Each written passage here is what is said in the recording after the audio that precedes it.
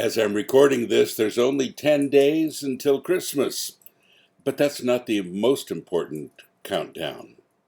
Only one day until the new Star Wars movie. Just saying. You know, the election that has just happened here in the United States has been interesting. And not only this election, but all over the world, people are, up in arms about people that are getting into office, and we wonder who's fit and who isn't, and a lot of speculation. And one interesting thing has kind of evolved through it. I've read this several times.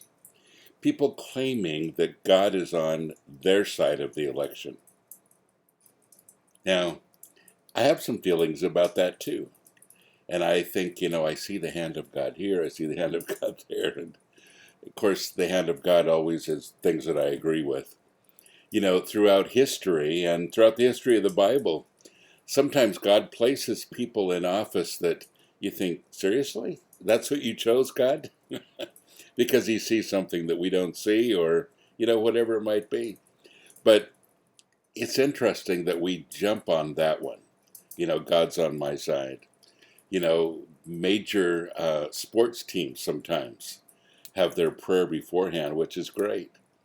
And then God help us win. And I'm thinking, what would happen if two sports teams, both of them, were having that prayer? Then God's going, wow, they both prayed. I'm not sure what to do or not. I'm not saying prayer isn't a good idea. But it's interesting that we claim that God is on our side so many times with things like this, and so many times in everyday life. And this election, as I said, was one of those times. President Lincoln, one of our early presidents here in the United States, said, "Do you believe God is on your side?"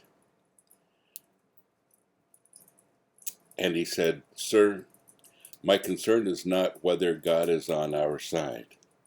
My greatest concern is to be on God's side, for God is always right." To be on God's side. How do you know that? Well, sometimes you don't. But sometimes it's simply being in God's perfect will personally, and realizing that you don't always know what God's doing. But if you are the kind of person who has taken the time to align yourself with the Holy Spirit, to spend time figuring out what God's will is for you and making sure that you're in the middle of it, then you can always be sure that at some point you're going to be on God's side, because he'll continue to lead you. Now, you're always on God's side, but I'm talking about events, situations, whatever. I think this quote, this answer that Lincoln gave was really good. He said our concern really should be whether we're on God's side or not. Let God take care of all the details around us, but are we on God's side? Have we humbled ourselves to love each other? Have we humbled ourselves to not be brash and conceited and judgmental and all of those things? But have we decided to encourage each other, to love each other unconditionally? Because you see, that's where God's side is. So, are you on God's side today? That should be our concern. God bless you. Have a great day.